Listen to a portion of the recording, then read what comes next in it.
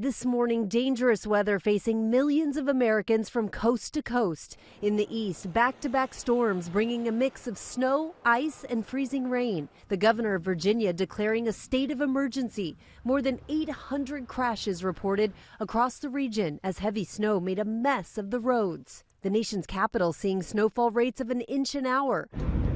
Overnight, heavy snow already coming down in parts of New Jersey. The system stretching all the way to Houston, where powerful thunderstorms flooded roads.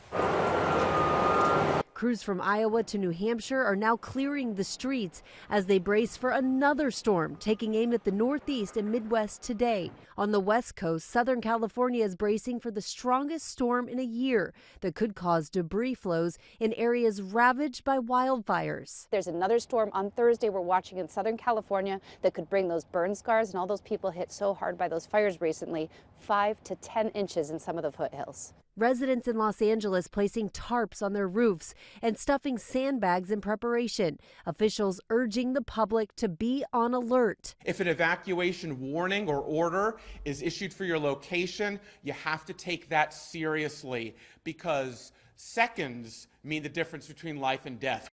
Rhiannon Alley, ABC News, New York.